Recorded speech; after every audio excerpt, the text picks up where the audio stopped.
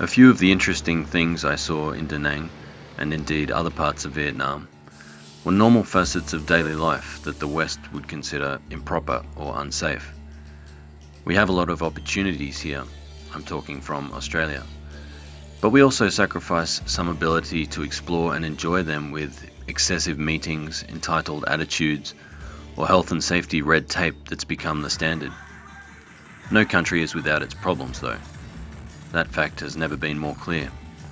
Right now, given the current situation, I'd be happy to suspend my criticism of a power-hungry elite to back whatever draconian measures are enforced, insofar as they're in line with health experts guiding us quickly back to some level of normalcy. Even better, we might come out the other side with a new normal ushering key lessons learned. If we can be informed by more than just mainstream corporate media or our own ideological echo chambers, we might start to be critical enough to spot injustices that otherwise go unsighted, and make people over profits more than just a catchy slogan. As of a few weeks ago, I was torn between where I wanted to spend the next 12 months, and I'd fluctuate depending on the situation or mood. Vietnam's history, culture, and economy is a lot different than that of the countries whose expatriates flood its shores for work and travel. So a lot of foreigners, most of them well-meaning, can seem a little arrogant when trying to impress upon the locals the sorts of customs and behaviours that they think should be in place. Both locals and visitors can be short-sighted, naive, stubborn, or downright confrontational. Personally, when something seems nonsensical to me, and I'm still hitting my head against a brick wall, then the best advice I can offer any traveller in the same position is to respect the local laws and stick to what you like, to the best extent possible.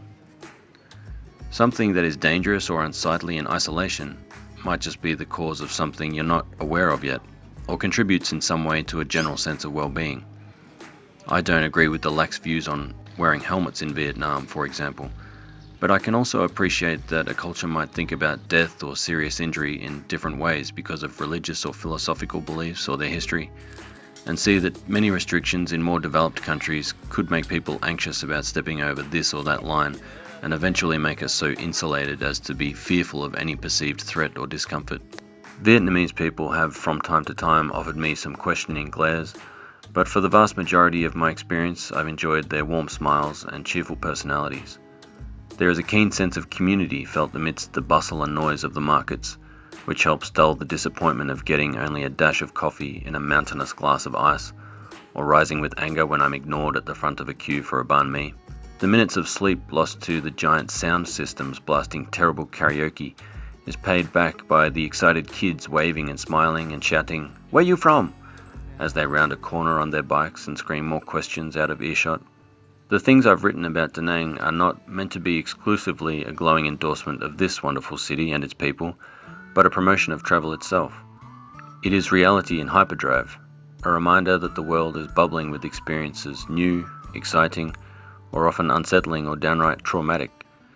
It can serve as a reminder to test new theories and learn from mistakes, be more open to new ideas and lifestyles, to delve more deeply into conversation, to accept change gracefully and engage more authentically.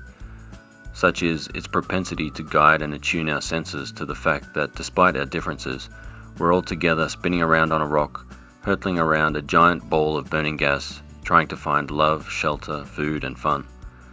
Maybe in acknowledging this we won't fix a lot, but I think we stand a better chance of moving forward with a reminder that we're more alike than different. We can't know the countless circumstances that collide and bounce to cause each new effect, but travel does allow us to embrace our shared humanity and teach us that we're all connected in some way. So let's try to broach communication from a position of respect and work out what we agree on before focusing on what sets us apart. Thanks to all the people at home and through my travels who contributed their time, efforts, sacrifices, thoughts and advice to directly or indirectly colour my experiences and provide the great memories and lessons that keep giving to this day. Here's to you and all the future moments, places and faces on the horizon.